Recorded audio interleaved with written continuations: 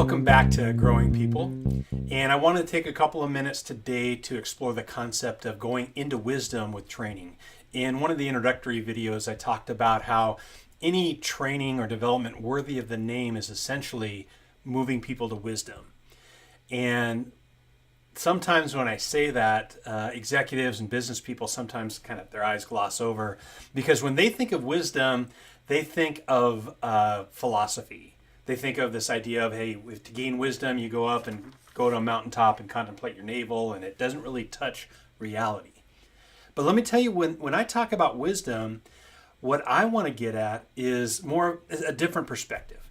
It's like ancient Judaism talks about hokmah, this idea of wisdom being action, is doing things. As a matter of fact, they associated that form of knowing or that type of thinking with artists and craftsmen, the people who just turned out the best work, the masters. I think in terms of wisdom as praxis, this idea that it's not just the theory, and it's not just the making of stuff, it's action, theory into action, with reflection involved, so that every time you do it better and better and better.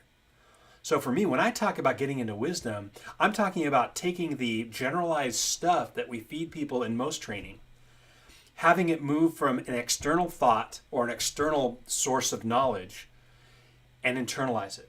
So it truly becomes theirs, so that when they walk into a situation that didn't match what they were trained for, they're able to take that body of knowledge, and because it's internalized, they can apply it to real things.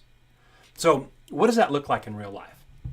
I use a model, it's called experiential learning or experiential training, and I've simplified it into kind of 4 things: inform, apply, reflect, review.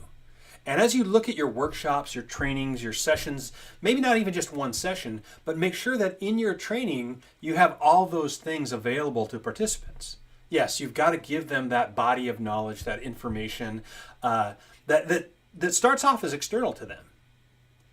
But give them an opportunity to try it out. Sometimes start it off with, here's some basic stuff, and try it in a very safe setting. It could be a mock situation. It could be where they go out and try it in a very real but easy sense. But then, after they've had a chance to get the experience, you help them find the meaning in that experience. T.S. Eliot said, we had the experience, but we missed the meaning. And that's what happens with most training that I've seen. So you give them that information, that body of knowledge, let them apply it, let them try it out, and then give them a chance to reflect on what just happened. During that reflection, they'll see what worked for them, what didn't work, what made sense, and they'll be able to take it and turn it into, with a bit of review, they can take that external knowledge base and internalize it and make it their own. Now, everybody will be starting from that same place of shared knowledge. It turns into wisdom when that knowledge is internalized. Now, they go back and they have this brand new set of understandings for this knowledge that you gave them, and they apply it in a new context.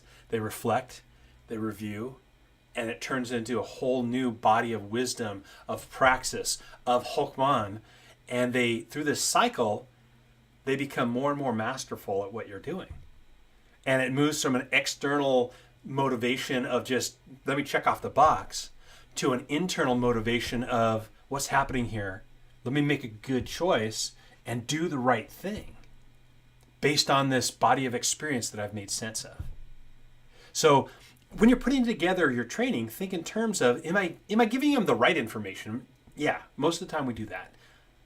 Am I giving them a chance to try it out and to apply it, and then, succeed, fail to a certain extent, both of those, but then make sense out of it through reflection and review. And then you let them try it out again. This loop of loops of experience that's done intentionally and on purpose. And that's how you start to walk down the road towards getting your people into wisdom. Same thing goes for yourself, for your continuous improvement. Are you applying things on purpose and taking the time to reflect and review what you just did? Because that's how you get you and your people to make better choices, and then be able to follow up and do the right thing based on those good choices. So that's getting into wisdom, and that's the practical part of it.